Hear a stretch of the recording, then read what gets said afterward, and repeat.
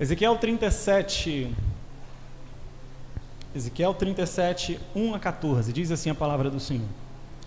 E veio sobre mim a mão do Senhor, e o Senhor me levou em espírito, e me pôs no meio de um vale que estava cheio de ossos, e me fez andar ao redor deles, e eis que eram muito numerosos sobre a face do vale, e estavam sequíssimos. E me disse: filho do homem, poderão viver esses ossos? E eu disse: Senhor Jeová, tu o sabes. Então me disse: profetiza sobre esses ossos e diz-lhes: ossos secos, ouvi a palavra do Senhor. Assim diz o Senhor Jeová a estes ossos: eis que farei entrar em vós o espírito e vivereis, e porei nervo sobre vós, e farei crescer carne, e sobre vós estenderei a pele, e porei em vós o meu espírito e vivereis, e sabereis que eu sou o Senhor. Então profetizei como se me deu ordem, e houve um ruído enquanto eu profetizava, e eis que se fez um reboliço, e os ossos se ajuntaram, cada osso ao seu osso.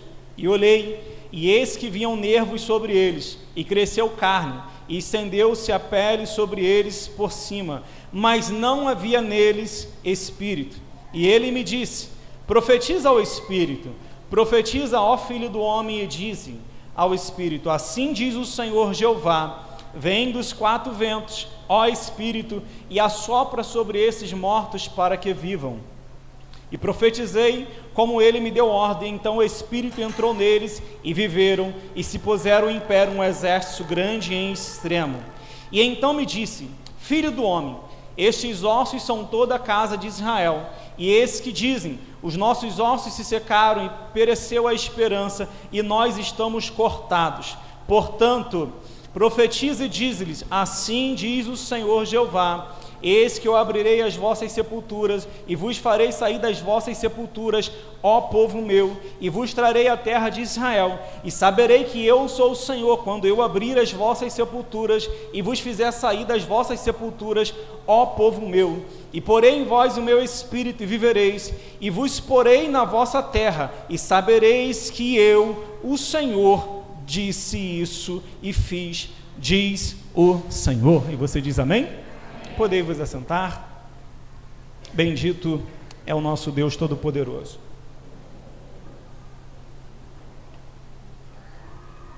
Queridos, eu quero, com a graça de Deus, com a atenção dos irmãos, falar nessa noite sobre esse vale de ossos secos, que aqui no contexto da passagem de Ezequiel representa para os israelitas uma promessa de restauração e esperança.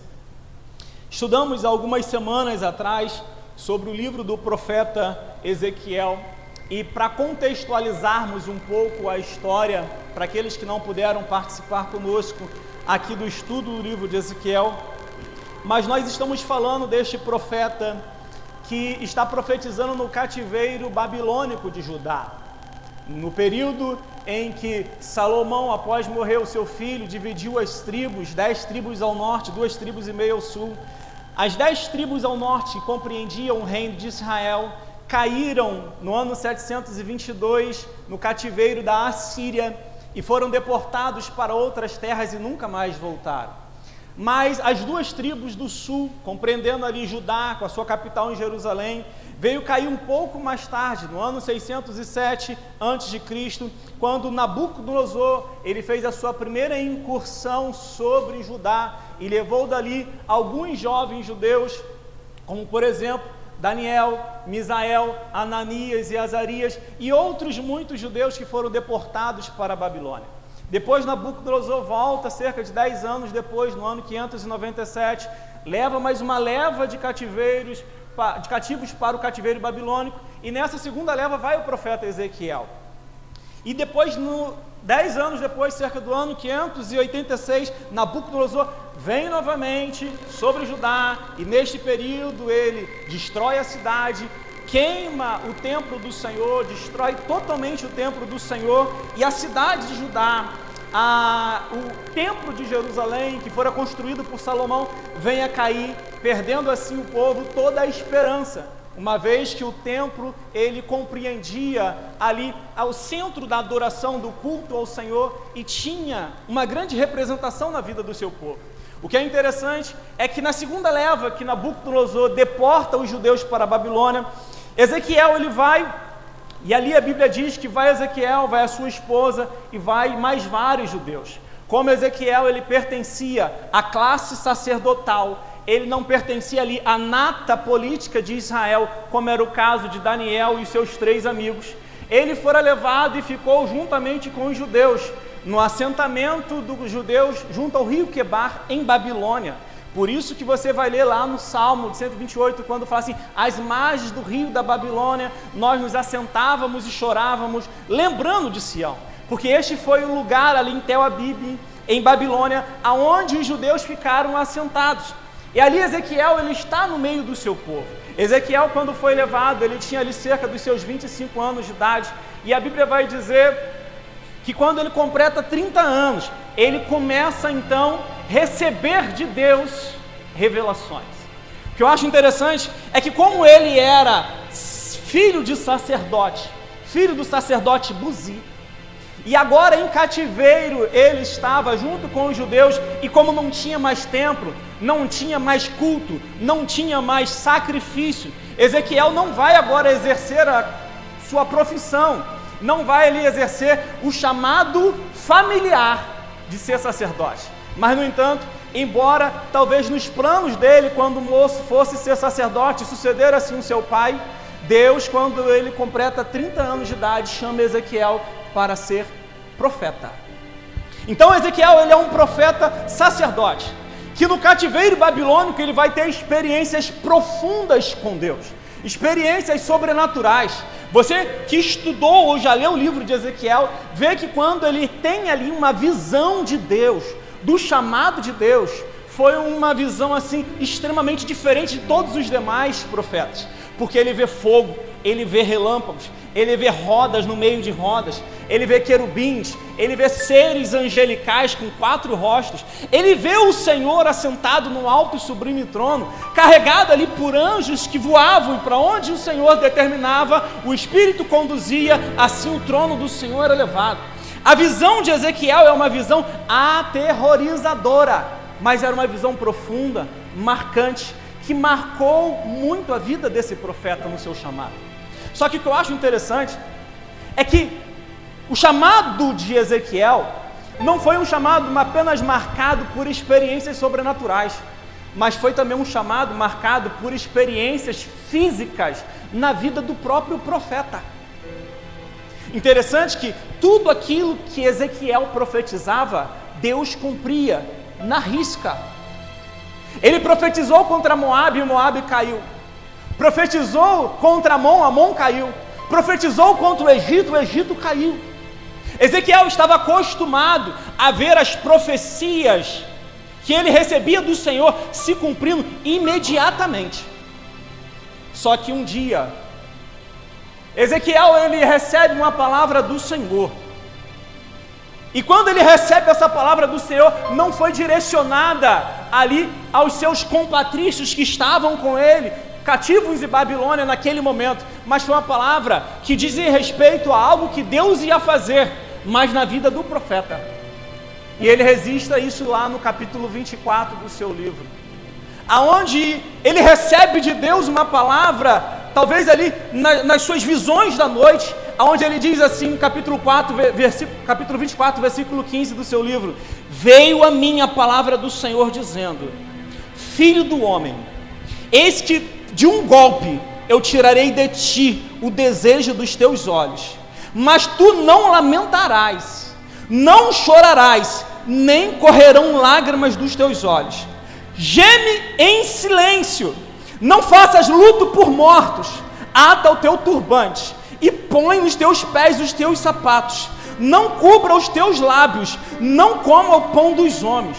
Ezequiel recebe uma palavra dessa, e quando Deus fala com ele, ó, eu vou tirar de súbito, de repente, de um momento só, de um único golpe, o desejo dos teus olhos. E aí quando ele recebe aquela palavra, eu não sei se ele teve naquele exato momento a interpretação devida, mas a Bíblia vai dizer no versículo 18 do capítulo 24: falei eu ao povo pela manhã, e à tarde morreu a minha mulher, e fiz pela manhã como me foi mandado. Naquele momento Ezequiel, ele recebe de Deus uma palavra, e aonde ele sai para profetizar, e quando ele começa a falar, ele vai de manhã para cumprir uma ordenança divina, e quando volta à tarde para sua casa, a sua esposa veio a morrer. E Deus ainda dá a ele uma palavra: ó, não lamente por ela, não chore à vista dos olhos do povo, sofra em silêncio, não se vista com panos de saco, nem faça luto por mortos, calça o teu sapato, coloca o teu turbante e vá para frente do meu povo e continua profetizando. Ezequiel, ele vai receber na sua carne, com a perda da sua esposa, a qual ele muito amava, a qual Deus se dirige falando com ele acerca dela: o desejo dos teus olhos.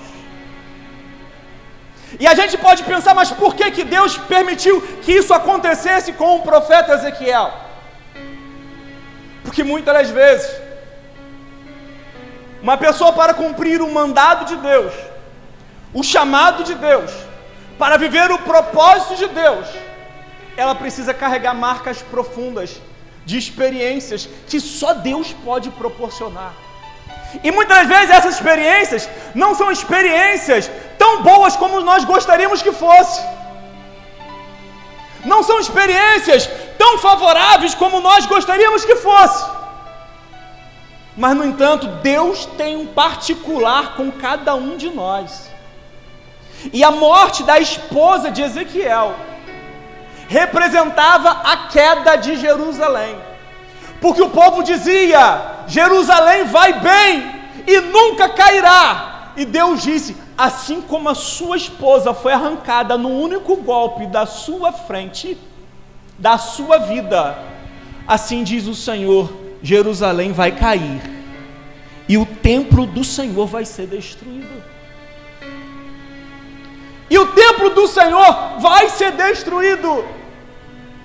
Naquele momento em que a Bíblia vai dizer que após alguns anos, ele guardou aquilo em silêncio, e quando cumpriu-se a palavra do Senhor, a queda de Jerusalém, veio alguém até Ezequiel e falou: o fugitivo de Judá, Ezequiel, caiu o desejo dos nossos olhos, conforme a palavra do Senhor, promulgada através da sua vida na morte da sua esposa. Naquele momento, esse povo, o povo que aceitou o castigo do Senhor, que não se revoltou contra Nabucodonosor, mas foi levado cativo para a Babilônia, quando eles ouvem aquela palavra de que a cidade caiu, cai com eles também a sua esperança, cai com eles também qualquer perspectiva ou expectativa de um dia retornar para a cidade da onde eles haviam sido repatriados. Eles começam então a entender que chegou o fim, que enquanto a cidade estava de pé, enquanto o templo do Senhor estava de pé, eles diziam: há esperança para a nossa nação, há esperança para que um dia nós venhamos voltar para a nossa terra.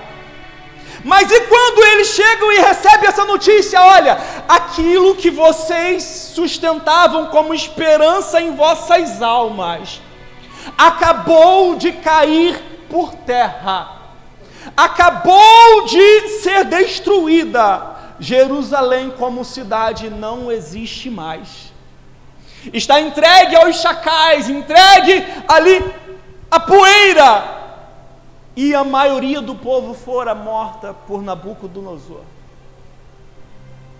E aí, que vamos entrar no capítulo 37 do seu livro, aonde Ezequiel ele vai ter uma visão do vale de ossos secos, e nessa visão, o povo, ele está se comparando com esse vale de ossos secos, como nós lemos aí no versículo de número 12, versículo de número 11, filho do homem,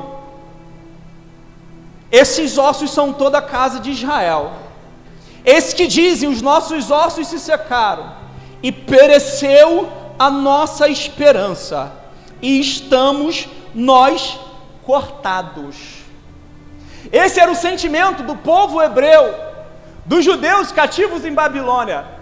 E aí quando você lê o Salmo 128, e você vê que aquele israelita, que ele junto ao rio Quebar, ele não conseguia louvar o Senhor, é porque a esperança havia acabado, havia mirrado, havia findado em seus corações.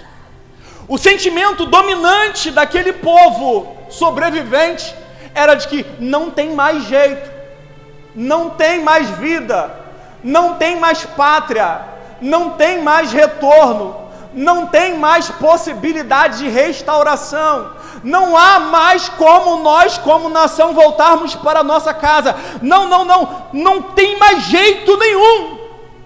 Só que essa visão do capítulo 37, que Ezequiel vai ter de Deus, é uma visão, embora aterrorizadora, é uma visão de esperança, aonde Deus vai tratar com o profeta, para tratar com o seu povo, dizendo, olha, eu abrirei as vossas sepulturas, e ainda que mortos, eu vos farei ressuscitar, e vos colocarei de novo na vossa terra. A visão do vale de ossos secos é uma visão de esperança em meio ao desespero, é uma visão de uma restauração futura em meio a uma destruição total, para mostrar ao povo israelita, e para mostrar para mim e para você, que o Deus a qual nós servimos, Ele é o Deus das causas impossíveis. Ele é o Deus das causas impossíveis. Então eu gostaria que você, com a Bíblia aberta aí no capítulo 37 de Ezequiel, acompanhasse comigo a evolução da mensagem, para vermos como Deus vai tratar com o profeta. Observe aí no versículo de número 1, aonde ele diz assim, veio sobre mim a mão do Senhor. Veio sobre mim a mão do Senhor.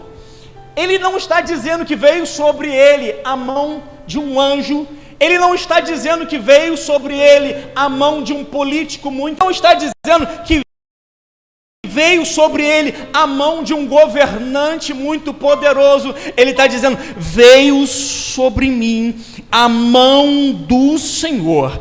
Ezequiel ele vai se referir no seu livro por cerca de 35 vezes a expressão mão do Senhor, e essa expressão que Ezequiel vai usar, ela marca a certeza de que a sua vida realmente estava nas mãos de Deus. Ele diz, veio sobre mim as mãos do Senhor. Os momentos mais marcantes do ministério do profeta Ezequiel foram sinalizados pela introdução da mensagem, a mão do Senhor estava sobre mim.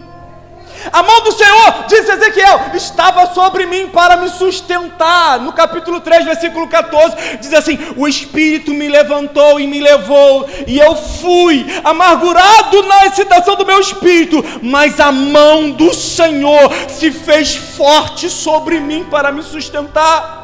Ezequiel vai dizer que a mão do Senhor veio sobre ele para levantá-lo. No capítulo 3, versículo 22, a mão do Senhor veio sobre mim e ele me disse, levanta-te e sai para o vale, porque ali eu vou falar contigo.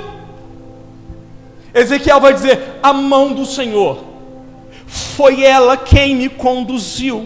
No capítulo 37, versículo 1, veio a mão do Senhor e me levou em espírito.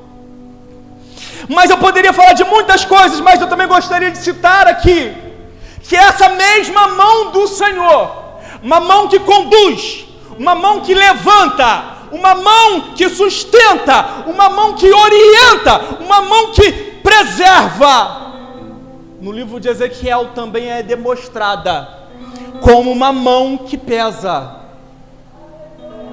Ezequiel 39, 21 diz assim: manifestarei a minha glória entre as nações, e todas as nações verão o meu juízo, que eu tiver executado, e a minha mão, quando sobre eles haver descarregado. Ezequiel diz: a mão do Senhor, ela sustenta, ela levanta, ela orienta, ela conduz, ela ampara, mas ela também pesa. Ela também pesa. Ela também pesa. E às vezes, assim como os israelitas estavam lidando com Deus, como se Deus fosse apenas um Deus de amor, Ezequiel está dizendo: nosso Deus é Deus de amor, mas Ele também é um Deus de juízo. E isso que nós estamos vivendo não é fruto apenas do amor de Deus, mas é também fruto do juízo dele por causa dos nossos pecados. Por isso que o escritor aos Hebreus vai dizer no capítulo 10, versículo 31, horrível coisa é cair na mão do Deus vivo. A mão do Senhor está à minha e à sua disposição para nos ajudar, para cooperar conosco, mas ela também está à disposição de Deus para executar o seu juízo quando necessário. Ezequiel então ele vai dizer no versículo 1, veio sobre mim a mão do Senhor, e o Senhor me levou e me colocou no meio de um vale. No meio de um vale. Sabendo que isso é uma visão, e sabendo que os elementos aqui são metáforas, para exemplificar uma realidade, o que representa o vale? O que representa o vale na minha e na sua vida? Eu poderia falar de diversos tipos de vale, que nós como crentes estamos acostumados. Falar sobre vale da provação, falarmos sobre a providência em meio à passagem pelo vale, falar que vales e desertos, que geralmente na Bíblia são palavras intercambiáveis, representam a mesma coisa, um lugar de passagem, não um lugar para ficar caminho. Mas apesar de muitas metáforas que eu poderia exemplificar aqui através do vale e seus significados, eu quero falar de uma, que é justamente a metáfora que Ezequiel resolveu usar para falar acerca do vale de ossos secos. Acompanha aí comigo. Veio sobre mim a mão do Senhor, e o Senhor me levou em espírito, e me pôs no meio de um vale de ossos secos. O vale de ossos secos de Ezequiel não é um vale de provação. O vale de ossos secos de Ezequiel é um vale de batalhas perdidas. Porque as batalhas nos tempos bíblicos eram feitas em vales. Vale do Armagedon, vale do Megido, vale de Acor, vale das lágrimas, vale de Beraca, vale de Baca, vale de Josafá. As batalhas eram realizadas entre os exércitos em um espaço entre montanhas, plano, depressivo, que era vale. Geralmente as batalhas, ou todas elas, eram feitas num vale. E o que acontece quando um exército perde a batalha? Aqueles soldados, eles ficam mortos e expostos no vale. Os despojos são saqueados, mas os corpos ficam ali para os abutres, para as feras do campo, para os urubus. O vale de que Ezequiel está comentando aqui é um vale de batalhas perdidas, aonde os corpos ficam expostos ali para a vergonha daqueles que foram derrotados. O cenário aqui é de uma batalha aonde o povo israelita, ele batalhou, mas perdeu. O sentimento de Ezequiel e do povo é um sentimento de derrota, um sentimento de que aquilo que eu empreendi, aquilo que eu tentei, aquilo que eu imaginei que ia dar certo, que eu ia conseguir, eu não consegui, eu fui derrotado. Eu fui derrotado. E agora eu estou vivenciando um vale de batalhas perdidas, aonde na minha vida, aquilo que eu quis que acontecesse, não aconteceu, e o que me sobrou agora foi a derrota e a vergonha. Esse era o sentimento que pesava no coração de um israelita, cativo em Babilônia. O meu momento é um momento de derrota. Como um soldado morto numa batalha, em estágio de decomposição avançada, porque a Bíblia vai dizer que os ossos estavam sequíssimos. Quantos não estão vivendo hoje um momento de vale, de batalhas perdidas, por tudo aquilo que tentaram, por tudo aquilo que batalharam, por tudo aquilo que por tanto tempo lutaram, mas que não conseguiram. Perderam uma vez, perderam o espaço. Quantos não estão vivenciando casamentos aonde o sentimento que para no coração é um sentimento de derrota, porque tentou por diversas vezes, fez campanha, subiu o monte, desceu o vale, fez jejum, entrou pela madrugada, pleiteando para a solução dentro do seu lar, e no entanto não conseguiu, o seu lar não foi restaurado, e o sentimento que pesa no seu coração hoje é um sentimento de derrota, um sentimento de frustração, um sentimento de vale, de uma batalha perdida. Quantas pessoas lutaram com doenças e não conseguiram vencê-las, foram vencidas pelas mesmas. Quantas pessoas lutaram pela sua vida financeira, não conseguiram vencer, sucumbiram em meio à batalha, foram derrotados e agora estão aí, tentando sobreviver. Só que, no entanto, com as expectativas totalmente frustradas.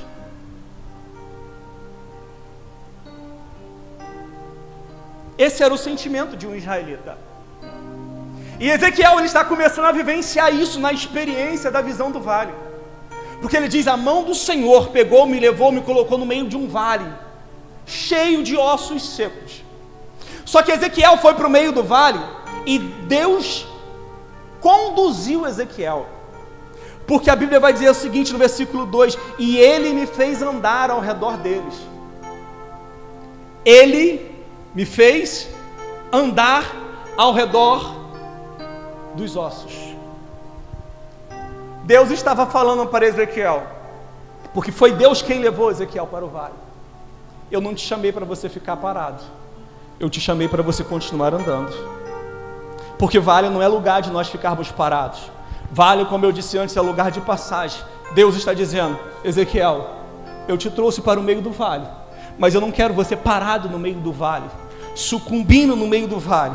Vale é lugar de você andar.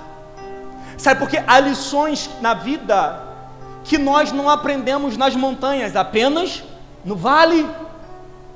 Apenas nos desertos, naqueles momentos difíceis, são quando nós aprendemos as lições mais preciosas para as nossas vidas.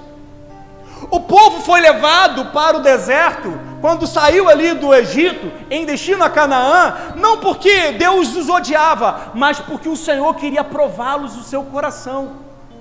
Se você for ler lá em Deuteronômio capítulo 8, versículo 2, o Senhor diz assim, olha, te lembrarás, ele falando para o seu povo, quando entrares na terra que o Senhor Deus te dá, te lembrarás de todo o caminho pelo qual o Senhor teu Deus te guiou nesse deserto, esses 40 anos para te humilhar, para te provar, para saber o que estava no seu coração, para ver se você guardaria ou não os seus mandamentos. Ele te humilhou e te deixou passar fome, e te sustentou com maná, que tu não conheceste, nem teus pais conheceram, para te dar a entender que o homem não viverá apenas de pão, mas de toda palavra que sai da boca do Senhor.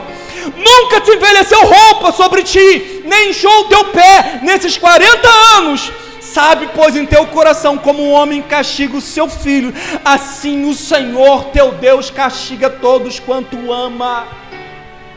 Existem lições que nós só aprendemos no meio do deserto. Mas sabe qual é o grande problema? É que quando nós estamos vivenciando esses momentos difíceis da nossa vida, muitas das vezes nós fechamos o nosso coração para Deus, fechamos a nossa mente para o aprendizado. Em vez de tirarmos lições proveitosas para sairmos daquela situação mais forte, nós geralmente nos entregamos. Começamos a questionar: por que, Deus, estou vivenciando isso? Por que o Senhor me permite passar por isso? Por que, Deus, essas coisas acontecem na minha vida? E aí o Senhor Deus te diz: sabe, pois, no teu coração que como o homem castiga o seu filho a quem ama, assim o Senhor castiga todos quanto recebe por filho. O versículo 16 do capítulo 8, o Senhor ainda vai falar: olha, no deserto Ele te sustentou com maná, para te humilhar, para te provar, para no fim te fazer bem. Sabe, a nossa prova, ela tem propósito. A nossa provação, ela tem propósito. A didática de Deus é diferente da didática humana. Deus, Ele trabalha por meios e propósitos, muitas das vezes as quais nós não conhecemos. Mas quando nós nos colocamos à disposição do Senhor e falamos: Deus, eu não entendo, eu não compreendo, mas eu, por aquilo que eu creio, eu continuo confiando no Senhor, que em todas as coisas Tu tem um propósito bem definido, porque a palavra de Deus nos garante isso. Romanos 8, 28. Todas, não diz apenas aquelas que nos agradam, ela diz: todas as coisas cooperam para o bem daqueles que amam a Deus e são chamados segundo o seu propósito. Eu não sei o que você está passando, eu não sei o que você está vivendo, eu não sei como você chegou aqui hoje, mas eu quero lhe dizer em nome de Jesus: a sua luta, ela tem um propósito definido por Deus. Ezequiel, então, ali, ele olha aqueles ossos, e ele vai dizer: e os ossos estavam sequíssimos. Os ossos estavam sequíssimos. Ora, se o vale dos ossos secos representa um vale de batalhas perdidas, ossos sequíssimos representam que essa batalha foi perdida há muito tempo, porque o estado avançado de deteriorização orgânica do corpo daqueles soldados era um tal que não havia nenhum resquício de carne, de sangue, nervo, pele, não havia nada sobre os ossos.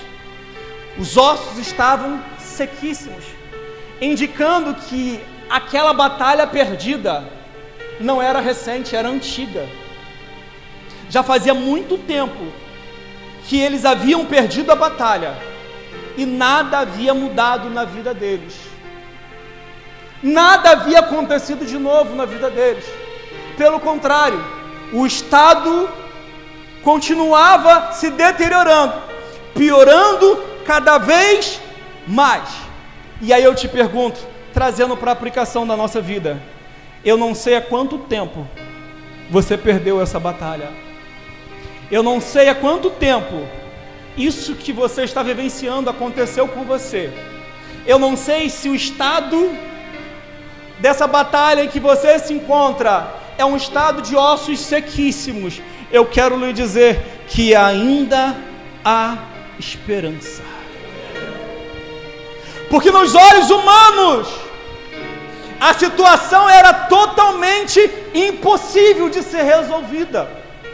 Ezequiel, ele já havia feito um diagnóstico: o Senhor me levou no meio de um vale, e o vale estava cheio de ossos, e os ossos eram sequíssimos, ou seja, o estado de derrota já era de muito tempo atrás, e nada havia mudado.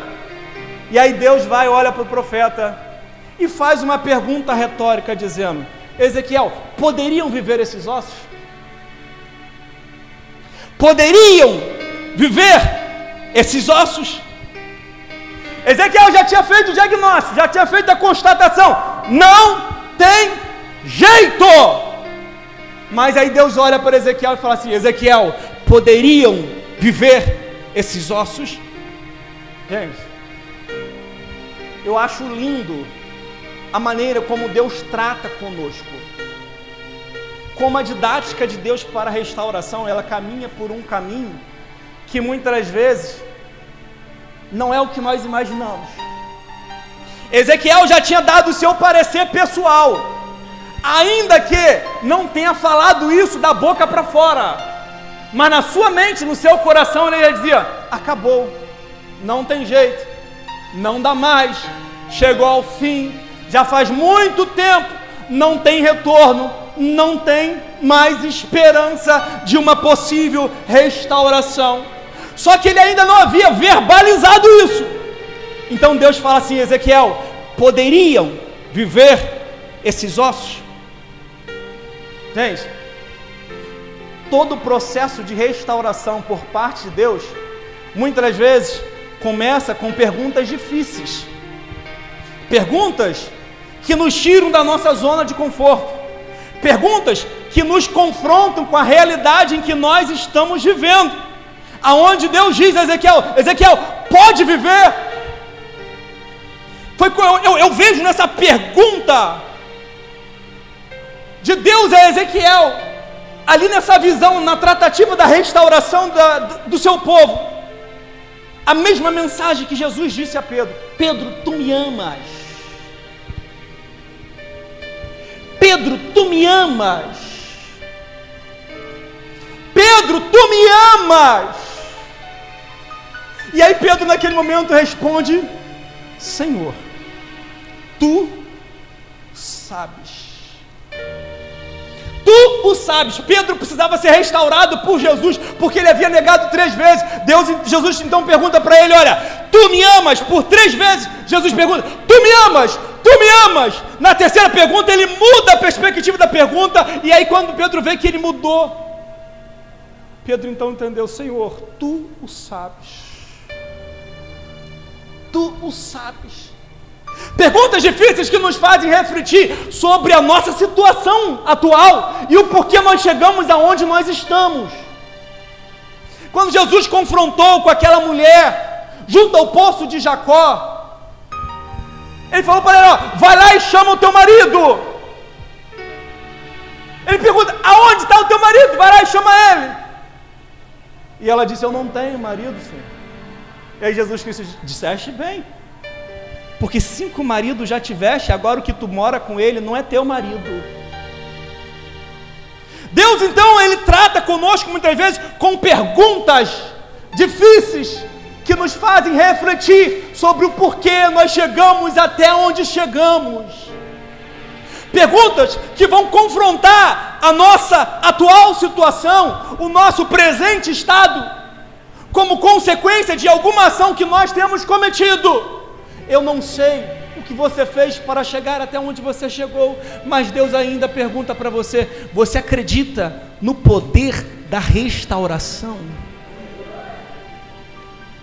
Eu não sei o que você fez para chegar com a sua vida onde você está, mas você ainda acredita que Deus pode mudar essa situação?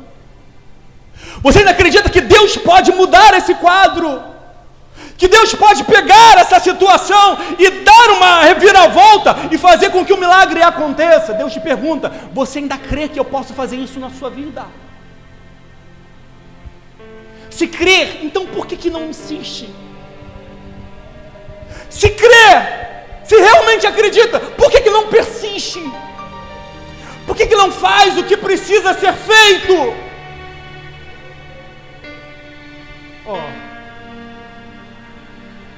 A resposta que Ezequiel dá ao Senhor foi uma resposta de humildade em relação àquilo que Deus havia perguntado, porque para ele não tinha jeito. Fala sério, irmãos, aos nossos olhos não tinha jeito. Aquilo é um cemitério a céu aberto de muitos anos, daqueles corpos ali já envelhecidos em situações sequíssimas. Não tinha jeito. Mas Ezequiel fala ao Senhor: Senhor, tu o sabes. Na visão humana havia uma completa impossibilidade, mas na perspectiva divina ainda havia muita potencialidade. Enquanto Ezequiel via naquele vale secos apenas derrota e destruição, Deus via vida e restauração. Enquanto Ezequiel via apenas ossos mortos, Deus olhava lá na frente e já enxergava um exército numeroso. Sabe qual é o problema? É que nós andamos com os olhos da nossa cara. Nós visamos apenas aquilo que enxergamos com nossos olhos naturais, e Deus está dizendo: olha, eu quero que você aprenda a enxergar com a maneira como eu vejo. A Bíblia diz que o crente, ele vive por fé e não por vista, porque por olhos naturais, talvez a sua situação não tenha mais jeito, mas pelos olhos da fé você consegue enxergar o poder de Deus agindo nessa causa, e fazendo um milagre que você imaginava nunca que poderia fazer. Então quando Ezequiel responde: Senhor, Tu o sabes. Aí no versículo 4, Deus diz para ele: então profetiza. Então profetiza. Ezequiel, ele era profeta. Diga comigo: profeta. Mais uma vez: profeta. Ezequiel, ele era profeta. E o que o profeta faz? Profetiza. Sabe qual é o grande problema que nós temos na nossa vida de relacionamento com Deus, de relacionamento pessoal, de relacionamento familiar, de relacionamento profissional? É que muitas vezes nós esquecemos que nós simplesmente temos que fazer o que fomos chamados para fazer.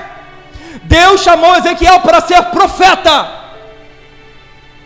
e Ezequiel agora estava trabalhando com achismo. Quem é profeta de Deus trabalha com a palavra de Deus e não com o seu achismo próprio. Deus estava dizendo: Ezequiel, profetiza sobre esse vale de ossos secos. Querido, se nós fizéssemos apenas aquilo que Deus nos manda fazer, aquilo que Deus nos chamou para fazer, a nossa vida se descomplicaria em muita parte dela. Porque Ezequiel era profeta, mas no entanto ele não estava profetizando. Então Deus falou assim: ó, Ezequiel, profetiza sobre esse vale de ossos secos. Gente, aí é difícil, porque se você for acompanhar a história dos profetas veterotestamentários, nenhum deles teve vida fácil. Pelo contrário, eles tiveram oposição. Eles tiveram situações e circunstâncias completamente desfavoráveis à sua vida. Ezequiel aqui nesse momento, então, Deus está mandando ele profetizar num cemitério abandonado, cheio de ossos secos.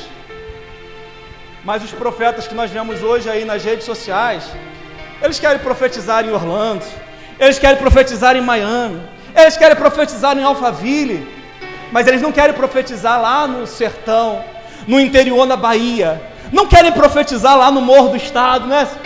Não querem profetizar no Salgueiro, eles querem profetizar aonde lhes convém.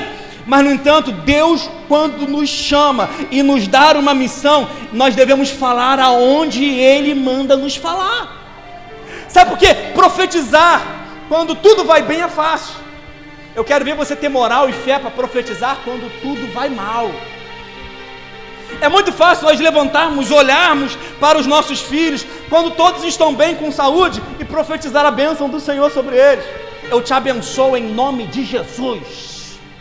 É muito fácil nós olharmos para o nosso cônjuge e vê-lo sorrir para nós e entendermos que através daquele sorriso ele faria tudo por nós porque ele nos ama, e dizer o seguinte: a minha casa é uma bênção, meu casamento é uma maravilha, meu casamento é o céu na terra. É fácil quando as coisas vão bem. É fácil profetizar sobre o nosso trabalho quando nós estamos bem empregados, o salário está em dia. Mas eu quero ver você profetizar quando o seu filho está doente. É chegar diante dele de noite, quando ele está ali na cama, dobrar os joelhos do lado e falar assim: olha, eu profetizo em nome de Jesus que você vai ser curado. É fácil você profetizar quando tudo vai bem, Mas é difícil você profetizar quando o seu casamento está falido e vocês estão apenas vivendo de aparências, porque em casa vocês nem se falam mais. Aí que eu quero ver você ser homem, ser mulher de Deus, para chegar diante do seu cônjuge e falar o seguinte: olha, você é uma bênção na minha vida, e eu vou lutar por você até o último momento. É fácil profetizar quando as coisas estão tranquilas. Difícil é profetizar quando nós estamos desempregados. Difícil é profetizar quando a conta da luz chega e você não tem dinheiro para pagar. Difícil é profetizar quando os problemas batem a porta e você não tem como solucionar. Mas, no entanto, se Deus quisesse te dar facilidade, Ele não te chamaria para viver por fé.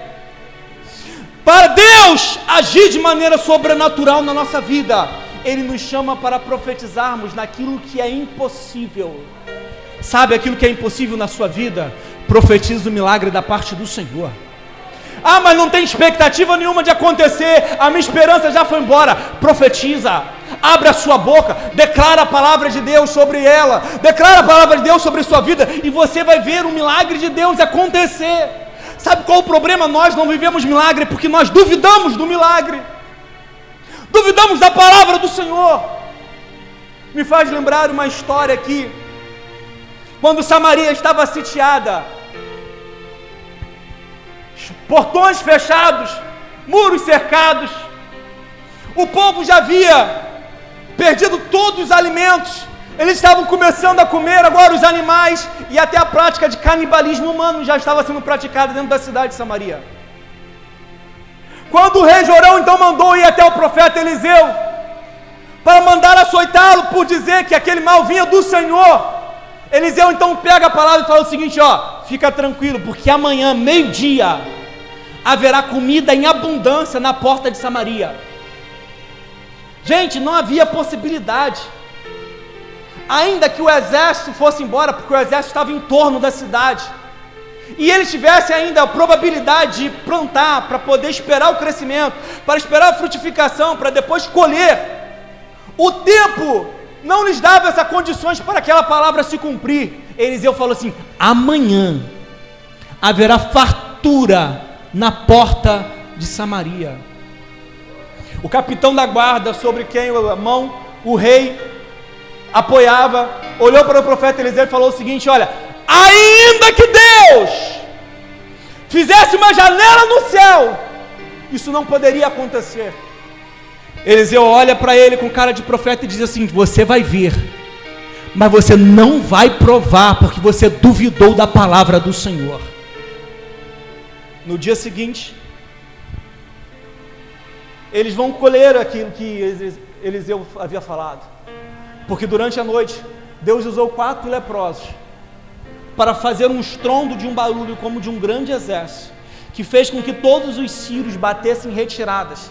E eles, de tão afoito com medo, bateram em retiradas, que a Bíblia diz que eles saíram e deixaram todos os despojos para trás. Ou seja, todos os mantimentos, todos os alimentos, todos os animais ficaram para trás. E quando então deram a notícia em Samaria que os sírios haviam ido embora, o povo foi lá para poder pegar os despojos deixados pelo inimigo. E quando eles foram passar pelo portão da cidade, quem estava lá? O capitão da guarda. E a Bíblia diz que o povo atropelou ele, e ele morreu. Ele viu, mas não provou. Não duvide da palavra do Senhor. Não duvide quando a palavra do Senhor vier até você, porque a minha palavra, a palavra do homem não tem poder nenhum, mas quando Deus fala, tudo se cumpre. Tanto é que quando Deus falou para Ezequiel, Ezequiel profetiza sobre esse vale. Ezequiel então olha para aquele vale cheio de ossos secos, e ele fala assim: ossos secos, ouvi a palavra do Senhor. Ezequiel, ele não profetizou uma palavra de inspiração própria, ou de uma retórica particular proveniente do seu coração. Não, Ezequiel falou: ouvi a palavra do Senhor. Porque a palavra do profeta, ela não tem valor, mas a palavra de Deus, ela é poderosa. Quando Deus fala, Ele valida aquilo que Ele diz. Quem dá autoridade à palavra na boca do profeta é Deus, quando Ele comunica a sua palavra e a sua vontade. Porque pelo poder da palavra do Senhor, gente, tudo se fez. O mundo, a terra, os céus, tudo se fez pelo poder da palavra do Senhor. Ainda antes que houvesse nada, Deus disse: haja. E pelo poder da palavra, tudo aquilo que existe veio à existência. Veio à existência. Pedro, ele havia pescado a noite inteira, não havia pegado nada. Jesus Cristo chegou: e aí, deu bom? Pedro falou: não, deu ruim, Senhor. Havíamos pescado a noite inteira e nada pegamos. Jesus falou assim: ó, lança a rede do lado direito. Pedro falou: Senhor, parafraseando, eu sou pescador e olha, o mar não está para peixe, mas sobre a tua palavra nós lançaremos a rede. A Bíblia diz que ele jogou a rede e foi tanto peixe que pegou. Foi tanto peixe que ele pegou, que precisou de ajuda de um outro barco para que o barco dele não fosse a pique. Sabe por quê? Porque a palavra de Deus tem poder. Aquele centurião em Cafarnaum, a Bíblia diz que ele entendeu isso, e quando ele foi até Jesus e pediu para que Jesus fosse até a casa dele curar o seu servo, e Jesus Cristo ia, ele chega para Jesus e fala assim: olha, mestre, não te incomodes que vá à minha casa, porque eu sou um homem de autoridade e eu reconheço quem tem autoridade, porque eu também faço assim, quando eu falo para alguém vai, ele vai, quando eu falo vem, ele vem. Por isso, mestre, reconhecendo a tua autoridade, eu posso lhe dizer: ordena apenas uma palavra e o meu servo ficará curado. Ossos secos, ouvi a palavra do Senhor. Quando nós entendemos a autoridade da palavra de Deus, a nossa vida, o nosso relacionamento com Deus muda completamente. Já dizia Balaão: Deus não é homem para que minta, nem filho do homem para que se arrependa. Acaso ele fala e deixa de agir? Acaso ele promete e deixa de cumprir? Não. O nosso Deus é aquele que vela pela sua palavra para cumprir. Toda a sua boa palavra sobre nossa vida tem dele o amém. E aí eu vou caminhar para encerrar. Quando Ezequiel então profetiza, diz aí o texto bíblico, no versículo de número 7: então profetizei, como se me deu a ordem, e houve um ruído, um barulho, enquanto eu profetizava, e fez um grande rebuliço, ou seja, um grande movimento, e os ossos se ajuntaram, cada osso ao seu osso. Houve barulho, houve movimento. Parece um culto pentecostal, sabe aquele? Aquele do manto, do reteté. Ei, parece aquele culto pentecostal. Só que, no entanto, não é isso que aconteceu, sabe por quê? Porque houve barulho, houve movimento, mas a Bíblia diz: cada osso se ajuntou ao seu, tinha ordem, porque as coisas de Deus são feitas com ordem. Pode até ter barulho, pode até ter movimento, mas se não tiver ordem, Deus não está no meio.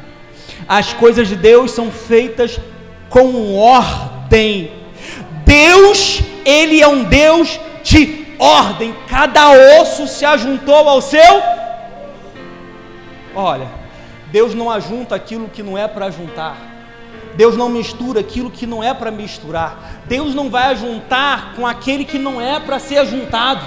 Aquilo que é de Deus é certo, é correto, é cada osso no seu osso. Houve um barulho, houve um movimento. Os ossos então começaram a se ajuntar. E aí Ezequiel viu uma coisa incrível acontecendo. Ossos se ajuntaram, os esqueletos se formaram novamente, subiu nervos e carne sobre esses ossos, e subiu a pele, e os corpos foram completamente restaurados, ainda que não houvesse vida neles. Diz o versículo de número 8: vieram nervos sobre eles, cresceu a carne, estendeu a pele sobre eles, por cima deles, mas ainda não havia neles o Espírito. Sabe o que eu acho interessante? É que o processo de restauração de Deus, ele muitas vezes não acontece da maneira como nós queremos, porque às vezes queremos que Deus haja assim, Deus, pá, bum, e não é assim que Deus faz. A gente, quando olha alguns milagres que Deus faz na Bíblia Sagrada, imagina que aquilo aconteceu assim de súbito, e não é assim que Deus trabalha. A travessia do Mar Vermelho, a gente imagina que Moisés estendeu a mão, e aí o mar se abriu. Não, Moisés estendeu a vara, estendeu a mão, e o mar não se abriu. A Bíblia vai dizer que por um forte vento oriental que soprou toda aquela noite, fez com que as águas recuassem. E quando o povo acordou de manhã, as águas haviam recuado, formando como se fosse um dique, uma parede à esquerda e à direita. Só que nós muitas vezes imaginamos que o processo de Deus, ele vai acontecer assim de súbito, de imediato. Só que não, Deus trabalha com etapas. Primeiro, cada osso se juntou com o seu osso. Depois veio carne, nervos e pele. E logo depois, o Espírito. Deus trabalha com processos. Deus trabalha com processos. Respeite o processo de Deus. Respeite o trabalhar de Deus na sua vida. Porque as coisas não vão acontecer como você imagina, mas vão acontecer da maneira de Deus, do jeito de Deus, na hora de Deus, aos moldes de Deus, porque Ele é quem tem o jeito, o modo e a hora certa de agir. E muitas vezes nós nos frustramos com isso. Muitas vezes somos frustrados porque queremos que Deus haja do nosso jeito. Só que Deus tem um jeito de agir. Deus tem o seu jeito. A Bíblia diz assim que assim como mais alto é os céus do que a terra, assim os pensamentos e caminhos de Deus são mais altos e melhores do que os nossos pensamentos e caminhos. Você pensa de um jeito, mas Deus pensa de outro. E Ele não vai agir do seu jeito, Ele vai agir do jeito dEle. E se você respeitar o processo, você vai ver o milagre de Deus acontecendo na hora certa. Na hora certa. Só que não havia neles ainda o Espírito. E aí agora sim, eu caminho para o encerramento. Então, no versículo 9, diz: profetiza ao Espírito, profetiza ao Filho do Homem, e dize: assim diz o Senhor, vem dos quatro ventos ao Espírito, e assopra sobre esses mortos, para que vivam. Quando Ezequiel obedece, a Bíblia diz que o vento começou a soprar, e o Espírito entrou no meio daqueles corpos que estavam em pé, mas não tinham vida, e a Bíblia diz que se fizeram um exército numerosos, assim como aqueles ossos receberam carne, nervos e pele, mas ainda não havia neles o Espírito, e por isso não tinham vida. Eu e você precisamos do Espírito nas nossas vidas, porque sem o Espírito na nossa vida, nós estamos mortos. Nós estamos mortos espiritualmente. Só que o que eu quero que você entenda aqui para nós encerrarmos a mensagem é o seguinte: o propósito de Deus na restauração não é somente apenas te fazer bem. Não. Como o Rafael muito bem leu aqui no início do culto, eu sei, diz o Senhor, que pensamentos tenho a respeito de vós, pensamentos de bem e de paz, para vos dar o fim a qual desejais. Só que o propósito de Deus não é só te fazer bem. O propósito de Deus, Ele está em ser exaltado na sua vida, para que a sua vida seja um testemunho vivo daquilo que Deus tem poder para fazer. Deus não restaura apenas para nos fazer bem, mas Ele também nos restaura para que nós venhamos ter um conhecimento profundo daquilo que Ele pode fazer. Jó, ele disse quando ele teve a sua vida restaurada: Senhor, antes de ser provado, eu te conhecia só de ouvir, mas agora os meus olhos te veem. Deus quer fazer um milagre nas nossas vidas para revelar o seu poder, fortalecer a sua fé e trazer a glória do seu nome sobre você. Eu te convido a ficar de pé. E eu convido o grupo de louvor a estar aqui atrás.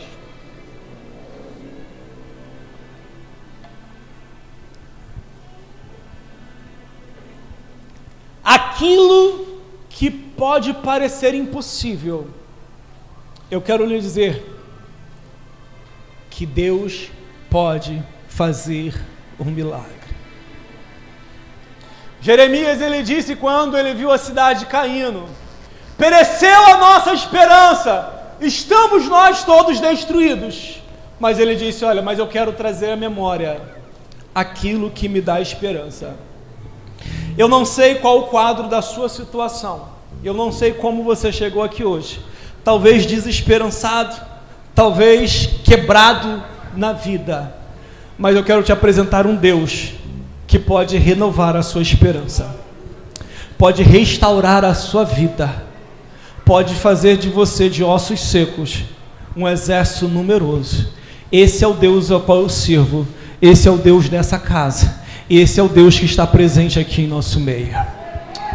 É um Deus que tem poder para abrir sepulturas e fazer ressuscitar aquilo que está morto. É um Deus que tem poder para restaurar casamentos falidos e quebrados. É um Deus que tem poder para salvar a pior dos pecadores. É um Deus que tem poder para trazer novamente o seu filho para a presença dele. É um Deus que tem poder para entrar na sua vida e aquilo que é impossível aos seus olhos